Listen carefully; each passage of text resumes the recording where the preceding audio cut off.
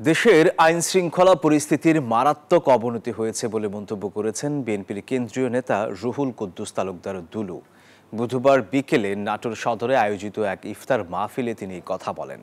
অভিযোগ করেন অন্তর্বর্তীকালীন সরকার সংস্কারের কথা বলে অযথা সময় নষ্ট করছে। দেশের মানুষের জীবনমান রক্ষার জন্য দ্রুত নির্বাচন জরুরি বলেও মত দেন তিনি। আগামী দিনে বিএনপি ক্ষমতায় গেলে ধর্ষকদের বিরুদ্ধে আরও কঠোর আইন বাস্তবায়নের আশ্বাস দেন দুলু।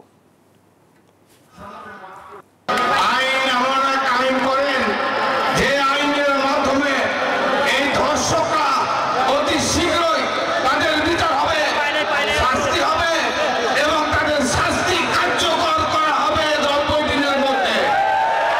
অতি সত্বর নির্বাচন দিয়ে জনপ্রতিনিধিদের হাতে ক্ষমতা হস্তান্তর করে আপনারা যত তাড়াতাড়ি যাবেন তত তাড়াতাড়ি বাংলাদেশের মানুষ মুক্ত পাবে।